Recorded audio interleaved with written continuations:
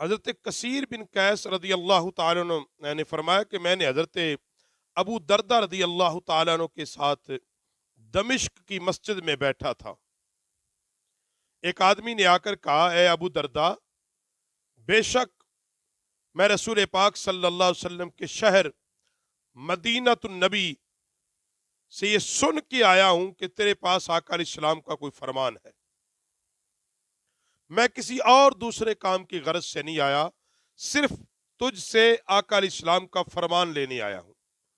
جن کو دین کی طلب ہوتی تھی اور جن کو نبی علیہ السلام کے فرامین کی چاہت ہوتی تھی، وہ لمبے سفر کرتے تھے۔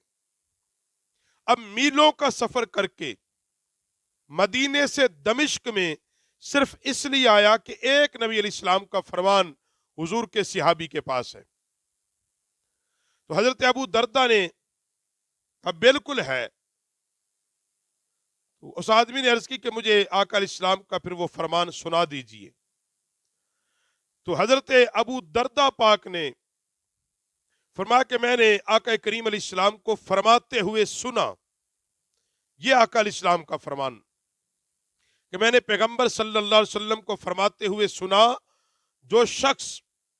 علم دین حاصل کرنے کے لیے سفر کرتا ہے، دین کی طلب کے لیے سفر کرتا ہے، قرآن کا علم، حدیث کا علم، فقہ کا علم، اصول کا علم، اللہ کے قرآن کو سمجھنے کے لیے، حفظ کرنے کے لیے، پڑھنے کے لیے، نبی علیہ السلام کے فرامین سیکھنے کے لیے، احکام شرع سیکھنے کے لیے، عبادت کا علم سیکھنے کے لیے، تو فرمایا کہ جو بندہ علم دین حاصل کرنے کے لیے سفر کرتا ہے، آقا علیہ السلام نے فرمایا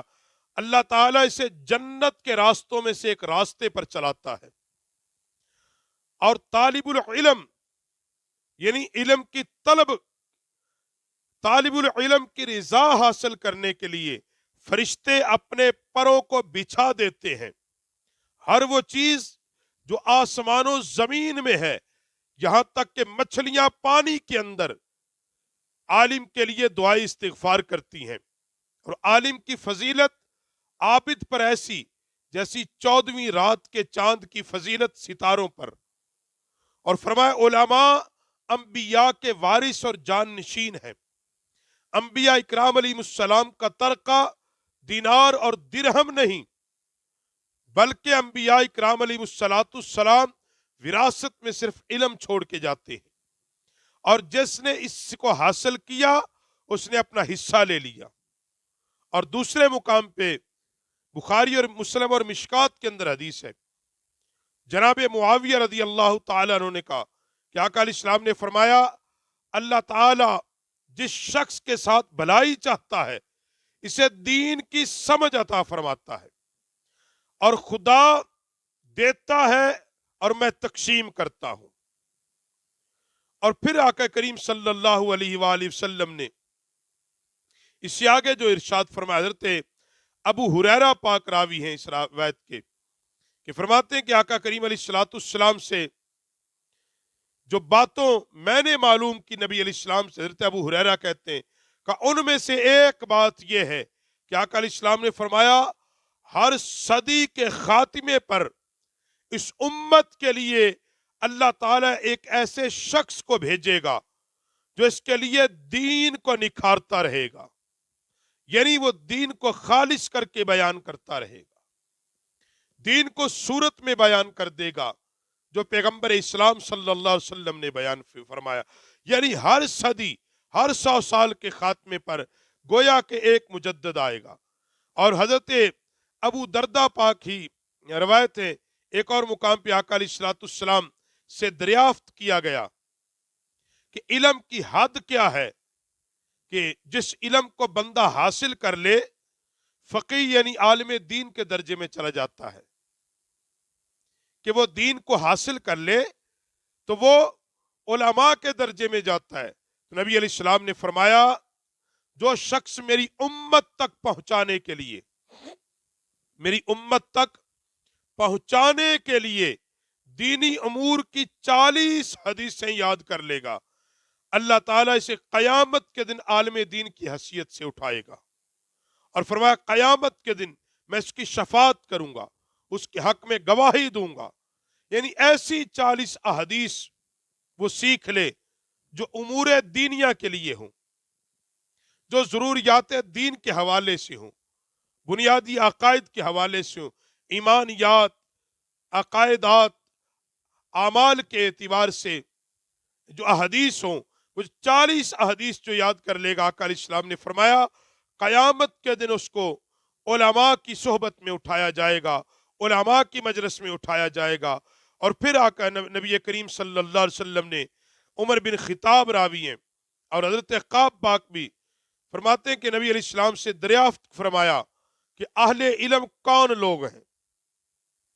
تو آقا علیہ السلام نے فرمایا جو اپنے علم کے موافق عمل کرے، اللہ نے جو علم دیا اس پر عمل کر لے۔ اور فرمایا کہ عالم دین کی نشانی کیا ہے کہ اس کے پاس دین کا علم ہے؟ تو اللہ کے نبی علیہ السلام نے کیا فرمایا؟ فرمایا جس کے دل میں علم آ جاتا ہے پھر اس کے دل سے لالچ نکل جاتا ہے، دنیا کی محبت نکل جاتی ہے، دنیا کا لالچ نکل جاتا ہے۔ یہ اصول اور کسوٹی رکھ دی ہے کہ جو دین کی خدمت کا دعویٰ کرے اور جو کہے میں واقعتاً دین اس لیے پڑھا کہ خالصتاً دین کی خدمت ہے، پھر وہ موقع مکیا نہیں کرتے، وہ دین کو بیان کرنے کے لیے گھنٹوں کے پیسے نہیں لیتے،